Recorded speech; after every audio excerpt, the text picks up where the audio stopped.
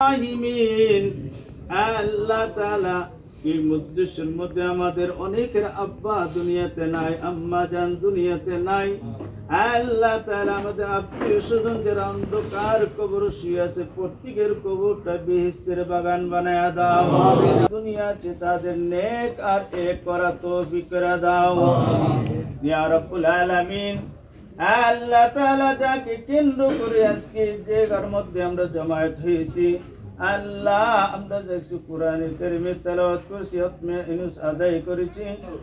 আল্লাহ তাআলা আজকে মাওলা আল্লাহ সুরিজকে আজকে দুনিয়ার জগতে নাই মাওলা ইয়া রহমান রাহিমিন।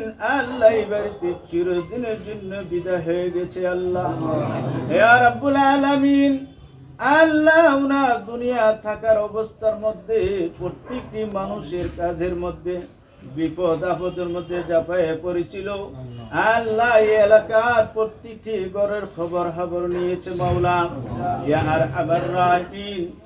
আল্লাহ উনাকে আল্লাহ দুনিয়ার যেরকম সম্মানী হিসাবে বানিয়েছিলা পরকালে সম্মানী হিসাবে তুমি কবুল করে নাও ইয়া আরহামার রাহিমিন।